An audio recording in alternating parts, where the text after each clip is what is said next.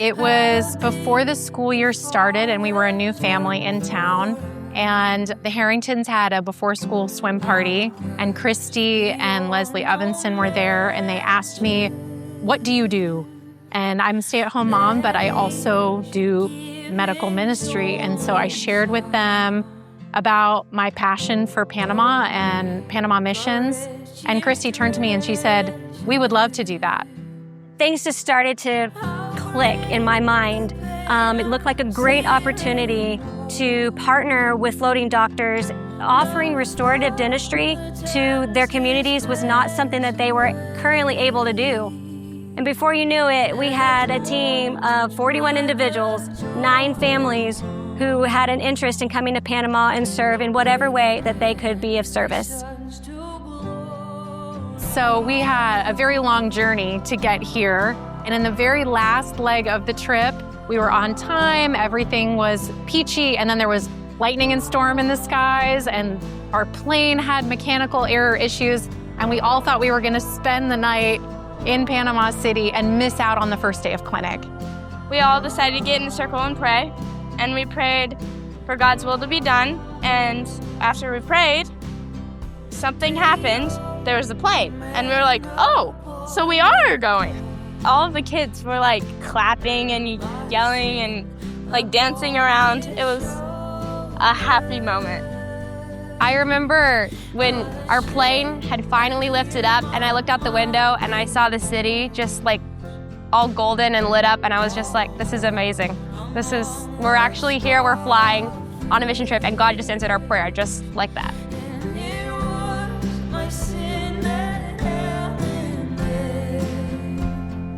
The mission of floating doctors is to reduce the present and future burden of disease in the developing world and to improve healthcare delivery worldwide. The majority of our patients are chronic patients.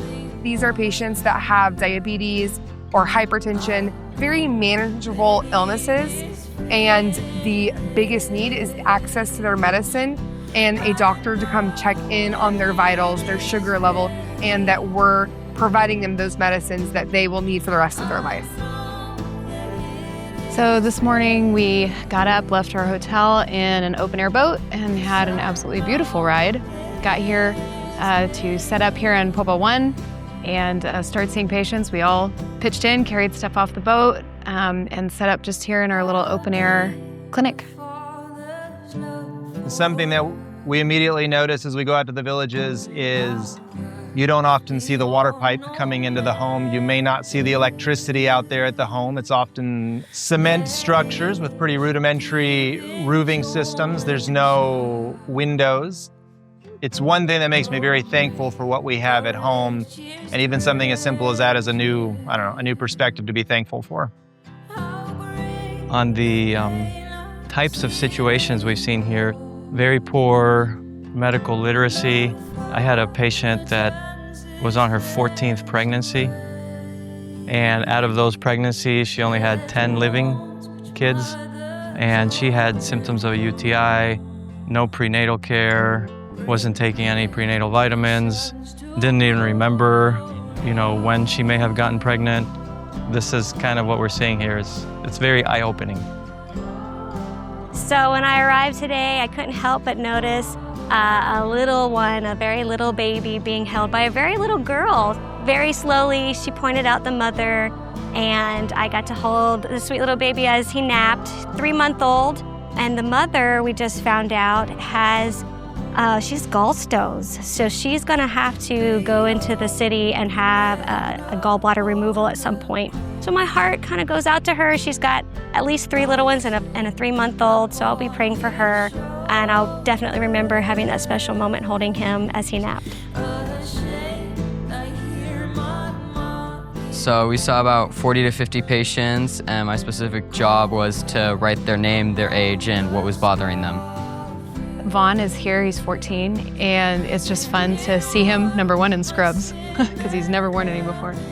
And also just see him to kind of take on a more grown-up moment in his life. I think with kids, seeing how they can spend so much childhood just playing, but then that moment of transition where you start to understand what it's like to grow up, and to help people who are nothing like you and you don't know anything about them, but you can learn and expand your horizons. I just love seeing him being able to experience that for the first time.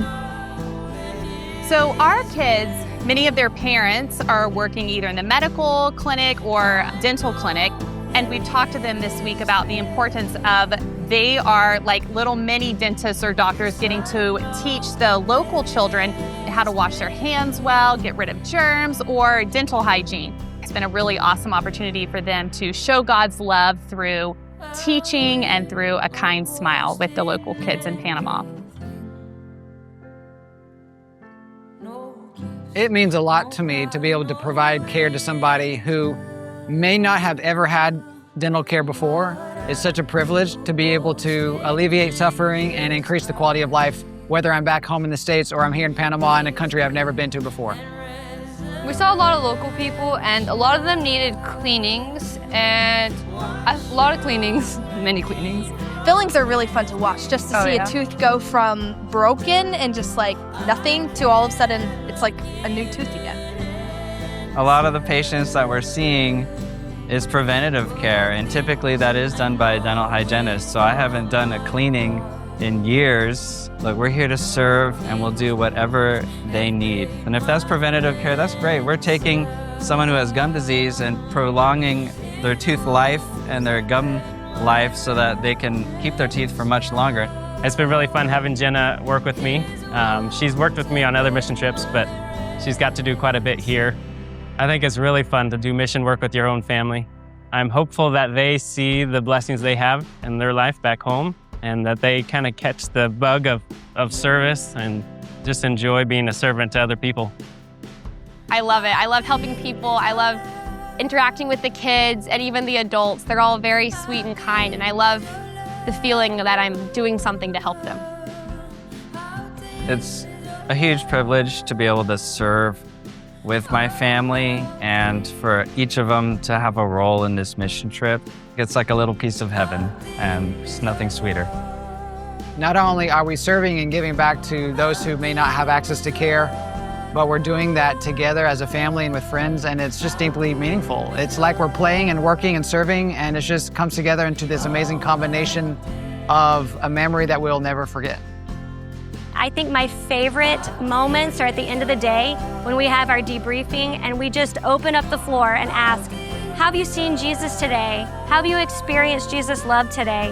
Who have you seen Jesus in? And the kids have been so generous with their thoughts, their feelings and emotions and what they've experienced, and it just brings so much joy to my heart to know how they are seeing Jesus in each other and in the people that they're interacting with.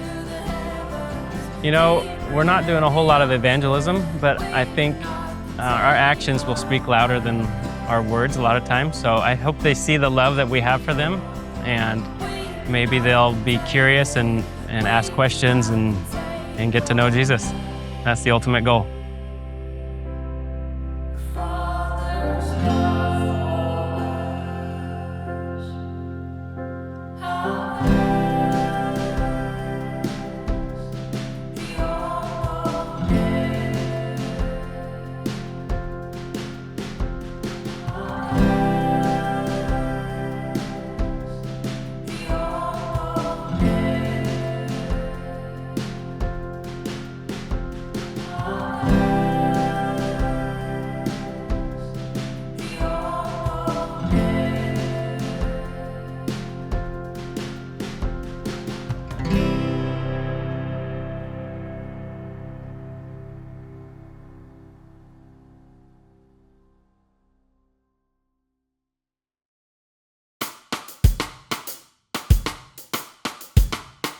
All right, Kyle, you mentioned that you see a lot of people down here that don't know like the basics about keeping their teeth clean and basic brushing and flossing. Speak a little bit to that. So we've been seeing a lot of people just not brushing very well. They eat a lot of junk food. Just saying. They drink a lot of sugar stuff. It's just crazy. We don't understand why they don't know better, but it's just human nature. They just like sweet things. I don't really know what that would be like, but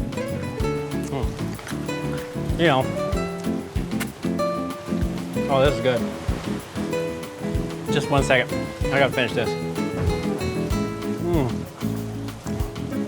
This helps get the chocolate out of your teeth really well.